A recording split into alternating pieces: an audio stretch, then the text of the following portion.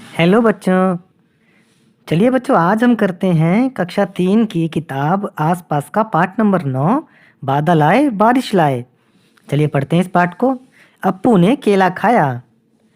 अप्पू हाथी को केले बहुत पसंद हैं। वह रोज केले के पेड़ों से केले तोड़कर खाता है। एक दिन उसने देखा कि केले के पेड़ मुरझा रहे हैं। बहुत दिनों से बारिश जो नहीं हुई थी। तो बच्चों, इस पाठ में एक अप्पू हाथी है, उसको केले बहुत पसंद है और वह रोज केलों के पेड़ से क्या करता है, केले तोड़कर खाता है। एक दिन वो देखता है कि केले के जो पेड़ हैं वो मुरझा रहे हैं, क्योंकि बारिश तो हुई नहीं थी और बारिश जब नहीं होती है तो पेड़ पौधे मुरझा जाते हैं। अप्पू बोला, मैं अभी अपने सूंड में पानी भरकर लाता हूँ।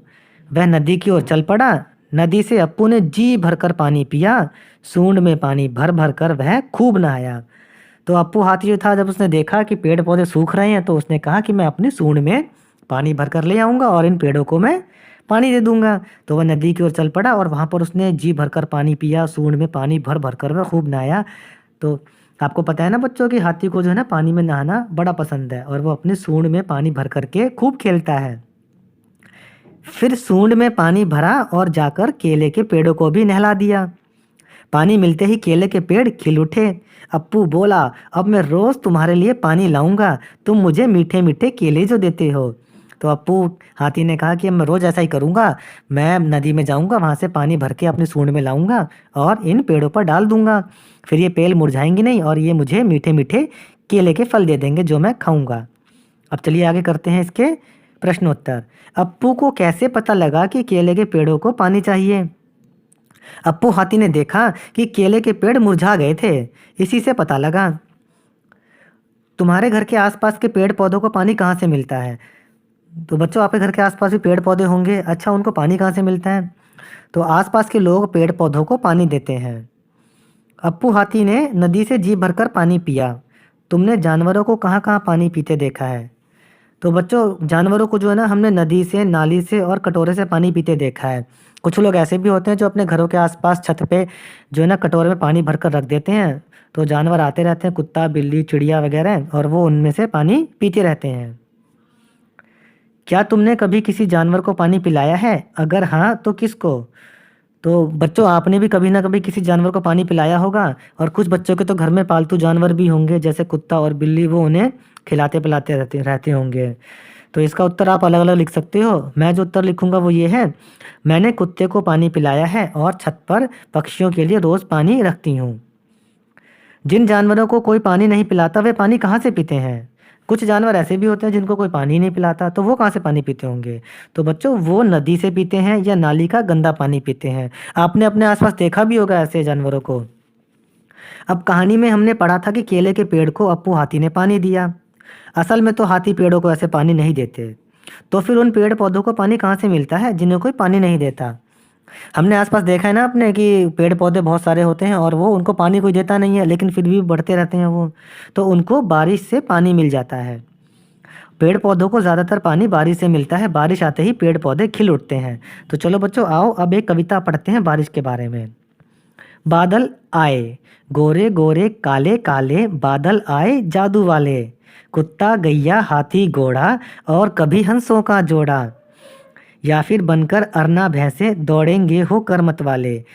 तो तो बच्चों, बारिश में जब बादल आते हैं ना, तो वो कुछ गोरे बादल होते हैं, सफ़ेद, कुछ काले होते हैं। और जब बादल आते हैं ना, तो ऐसा लगता है जादुई बादल हैं, क्योंकि उसमें ना कई तरीके के आकार बन जाते हैं। कोई आकार कुत्ते वाला लगता है, कुछ लगता है कि बादल गाय बने हुए हैं, कोई हाथी के आकार का होता है, कोई घोड़ा, और कभी कभी ऐसा लगता है कि दो हंसों का जोड़ा जो है ना बादल ने बना लिया है। और कभी लगता है कि भैंसे की तरह वो मतवाले होकर दौड़ रहे हैं इधर से उधर आसमान में।